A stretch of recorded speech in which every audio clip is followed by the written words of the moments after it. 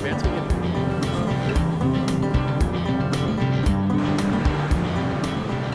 Welcome to a very special episode of IFISH Tackle World. This is called Back to Basics, and it is all about helping you catch more fish. Now, people who follow the show will be familiar with Brett Wilson. This morning, Brett, it doesn't get any more simple than finding your own bait. The humble old Pippi, mate. It's right at your feet, accessible. Let's go and see if we can get some. Let's go and do the Pippi shuffle. We're going to have a bit of music in the background. Why not? Paul, this looks like a likely spot, mate. Yep. What we're looking for is we're looking for the head of the Pippi to be sticking up above the sand. And as the waves come up, as they wash back down, you'll see that head stick up and the water separates and V's around that head. So it identifies where they're sitting. And if you can see over my shoulder here, as the waves come back, you can see that over there. Yep. You watch now. See all those little V's sticking up, all these little air holes? Well, that's the Pippies in there. So I assume as this wave recedes, we're going to see some We're going to see some right now. So? There they are, right at your feet, mate. Right here. So there's going to be a Pippi here? That is a Pippi. You actually see them retract back down. As you get close, they'll fill you. There they are there, mate. Look Beautiful. at that. There's another one there. How easy is that? That is a Pippi. And look at those two. How's the difference in colour, mate? Yeah. Yep. That is unbelievable. Our first Pippies.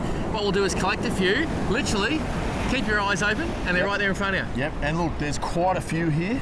So what I normally do is I pick the select size, the ones that, they're good for the hook size, they're good for the species that I'm chasing.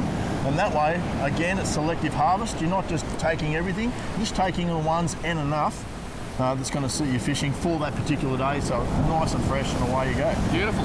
Sometimes you don't even have to wait for the wave to come up. You can see all these little pinholes. Yep. The Pippies are actually going to be there. So while you've got the opportunity, just come and just look at that, straight away. Yeah. Everywhere. Yep.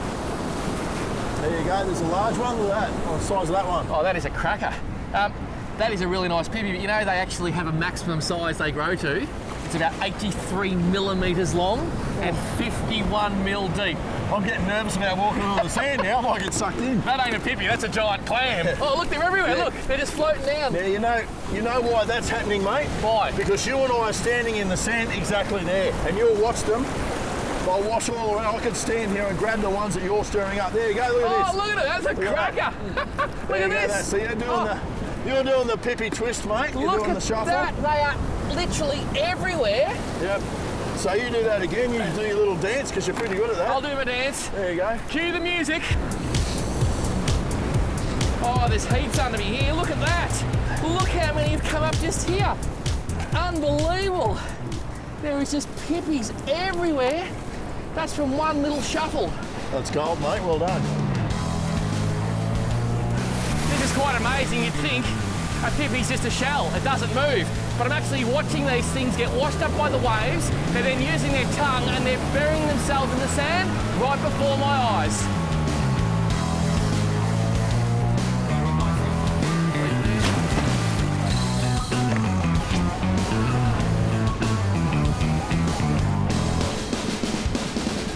When you first look at the Pippi, it just looks like a boring old shellfish. It is in fact a bivalve mollusk. And the interesting thing about these shells, they can actually get up and move. They have the ability to excrete mucus. When they do, they float. They literally go on a road trip, or I should say a sea trip. They use the old Mel waves, they go 200 k's up the coast and find a new beach to live on. That is pretty impressive for something that just looks like a sleepy old shell. Paul, hot little session gathering bait. How much fun is that, eh? That is just the best. Seriously, it took me back to my childhood. Now, we have taken only what we need for today's session. Fresh is best. I assume you have a little plan that we can put these into action with. Absolutely, mate. Let's go and turn these into some fish. I love the way this man thinks. Pippi.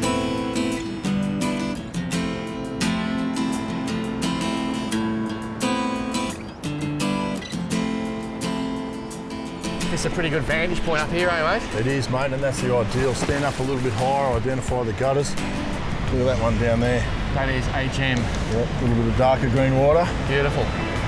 Always important to find the place where the fish are going to be. With the spotters on, you can see a beautiful gutter there and use the height and the vantage point to see that, because when you get down the beach, it'll be a lot harder.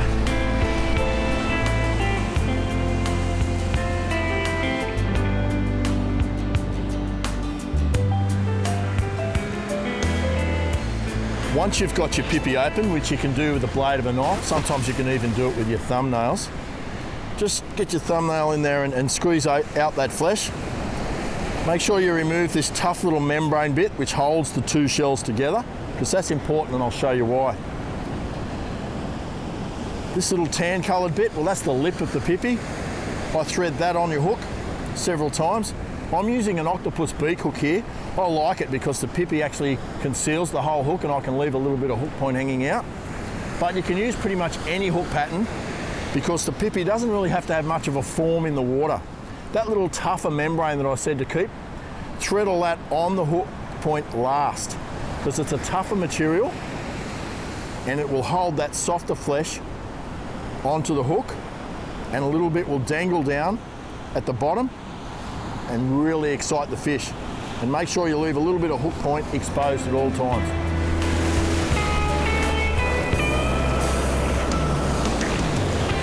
We've established that the current or side wash is working this way down the beach. So Brett and I are working up to the end of the gutter on this side, and then we're slowly walking down the beach with our baits. Both of our sinkers, even though they're different shapes, they'll roll down the beach. And it's really effective because you're covering ground, and that's exactly what a Pippi would do in its natural environment.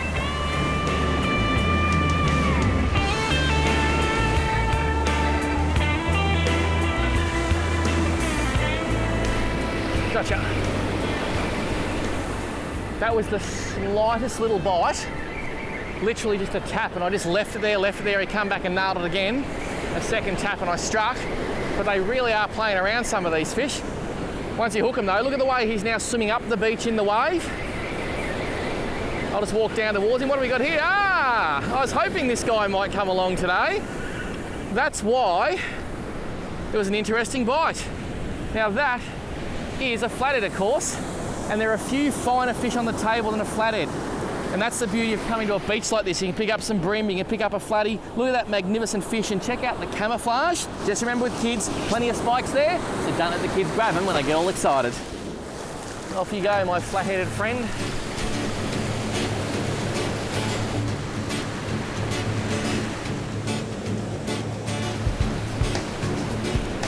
One thing when you do hook a fish when you're beach fishing, my father told me two really simple rules. One of them is don't walk backwards, because most beaches slope up and you can fall over. You fall over, you'll lose the fish. And also when you get into the shoreline section, use the waves to wash the fish up. Don't pull against that flow, otherwise you'll pull the hooks out of the mouth. Fish is in that now.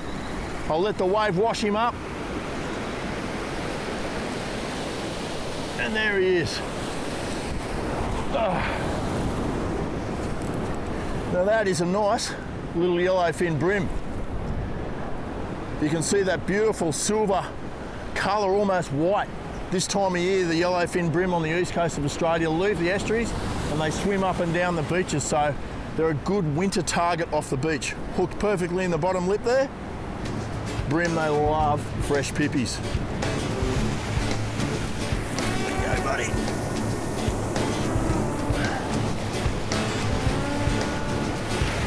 Off he goes. Look at another one.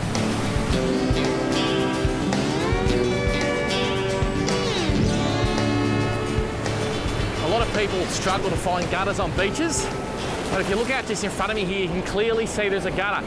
Got breaking waves there, breaking waves in close here, but you notice this patch in front of me, there's not as many white caps breaking waves, and you've got a beautiful green colour in the water. When you stand back and have a look and back yourself, you can clearly see it is deeper there.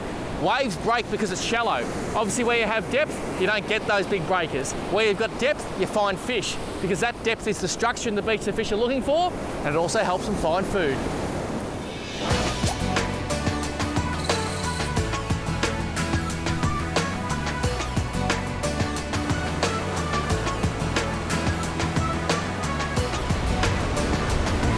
Oh, that's a good one. Oh, that's a nice fish. Oh, that's a good one, mate. How is that for a solid bite? I'll come under you. Well, I think one of the things with surf fishing, you need to let them take the bait because you do have a belly in your line.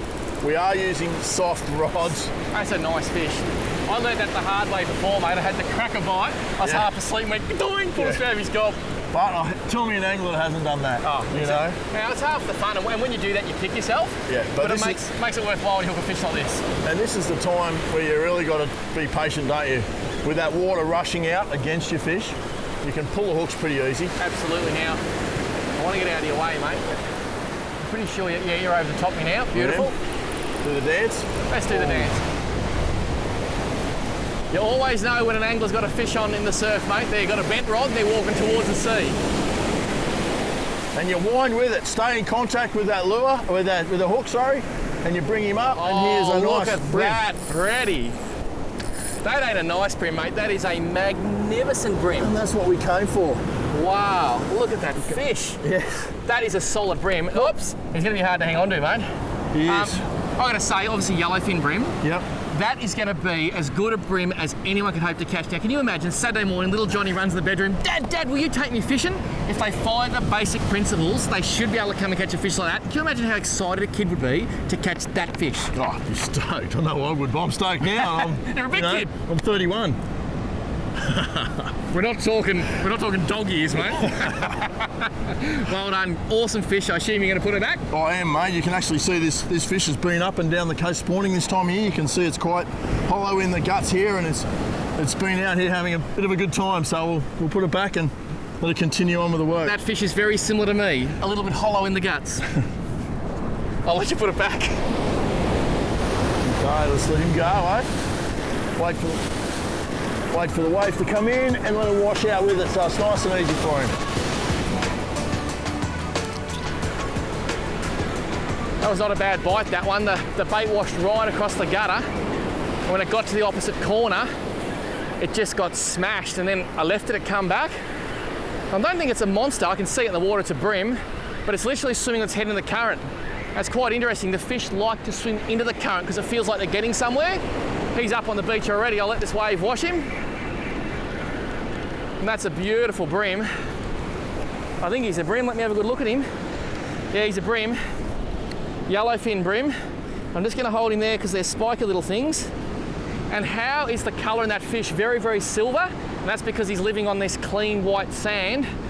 And it's amazing when you can just go get a few pippies, cast them in a nice gutter, and start catching some quality fish that any angler would salivate over any time.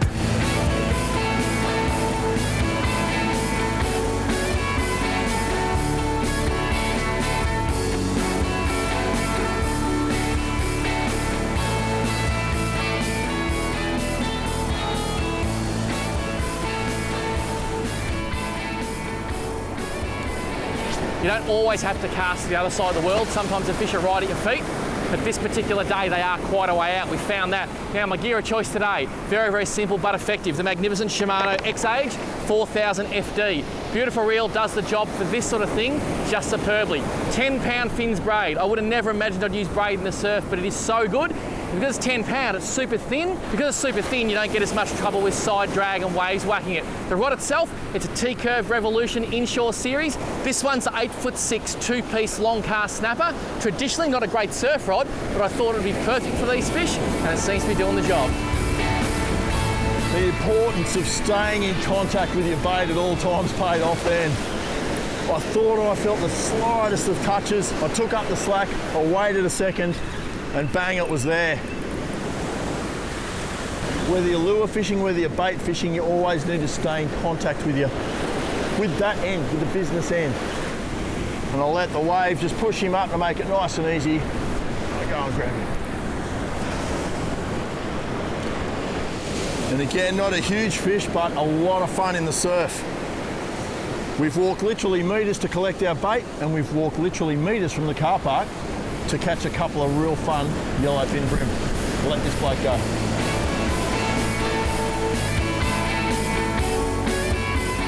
Because today's show is all about getting back to basics, I thought I'd use a very simple rig for this beach fishing today. That is a size 4 Lumo Instinct sinker. It's called a running sinker because it literally runs up and down the line. A uni knot to a small Optia swivel, a second uni knot. Now that is about 30 centimetres of 12-pound fluorocarbon leader. Fluorocarbon will help you catch more fish because it does not reflect light. Then a small bead, I reckon the bead attracts fish, and then a small suicide eagle claw hook. One runs up and down the line, the second one, again tied with the uni knot to the end of the line, and I put a bait on both hooks. If the fish happen to take the bait off one, I've got a second option there, just for some insurance. Oh, that was a nice little bite. Oh, this is a lot of fun. A lot of fun. Yep. Oh, there we go. The boys got a double hook up. Double trouble! Now you know what I did then? I didn't cast, oh, he just fell off. I didn't cast that far. I put it just in that little pocket there. Yeah. I put it in there and got a bite straight away. So what Paul just said, there's a little pocket over here over my shoulder. It's a darker green colour. Paul's identified a hole, and that's why he's cast in there. You know, polarised sunnies are a great tool when you're doing this sort of fishing, identifying gutters. Nice fish, mate. It's not a bad little fish That's either. a beautiful rim. Swing him up, I'll get your rod for you. Thanks, mate. And I'm excited because hopefully we found a few more fish in that hole. He's absolutely swallowed that, He hasn't has. I said actually on the hookup, he really took it and ran with it. So Now, for people who catch a fish like that and it swallows the hook, what do they do? snip it off, mate. Yep. And leave it in there. It'll rust away, and he'll disregard that probably within a matter of days, I'd say. A lot of people also ask me on Facebook, oh, what about that hook and the poor old fish? Brim and most fish are particularly good at actually throwing hooks, and once there's no pressure on there, he could possibly just spit that out. The worst thing you do, get the pliers and try and rip it out. Start doing that surgery. Those gills that are inside there, that's what gives the fish the oxygen. They're basically their lungs. If you damage those, he'll die pretty much straight away. So the only way you're allowed to get the hook out in this situation is if you're a fish dentist. Otherwise, don't go there.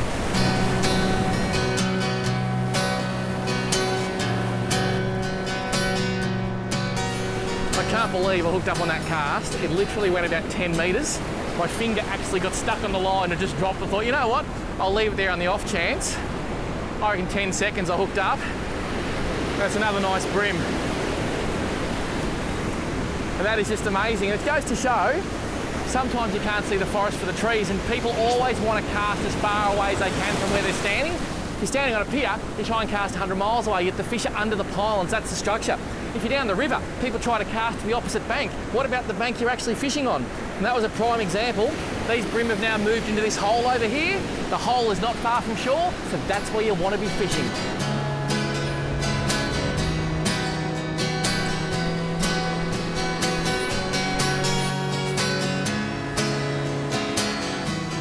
That's a better one, mate? Yeah, it feels that way. Hit pretty hard. Really picked up the bait and off he went. Gives you a bit of a shock when they come in and whack it pretty hard, doesn't it? Just sitting here enjoying the scenery. Enjoying the sunshine? Yeah. It is a beautiful day. How's those dolphins just surfing in the waves before? Yeah, it's cool, isn't it? That is so cool. The things you see when you're out fishing, that's one of the things I love about it, Brett. It's not just about the fish, is it? No, not at all, mate. I mean, look, you and I have fished all over the world and we still love this basic stuff so much. Beautiful. They call it bread and butter fishing because it's about the staples. And brim are a staple fish. And he's a nice one too, mate. I think I'll do, yeah, he's a good one. There's that wave, up he comes. Good work. What a awesome fish, and again, so light in coloration. Yeah. So, I reckon we've done our job today, mate, because what we tried to set out to do was show people just how easy fishing can be. At the end of the day, it must be pretty daunting thinking about going fishing if you really have never done it or don't know a lot about it. Well, I guess it is, mate, and I guess we've done it all our lives and we get asked questions all the time and we think, oh, we never really think of that. So, you know, hence why we're doing today. And yeah, look, something so simple can be so enjoyable. It's fantastic. Absolutely. Remember, KISS, keep it simple. Stupid's what they told me when I went to uni. Unfortunately, I was the last S, so I did it very well. Brett Wilson done a great job. This has been so much fun. It is 12 noon. I think we deserve a pie at the bakery. I mean, a salad at Subway. Deal. I think Chrissy might be watching.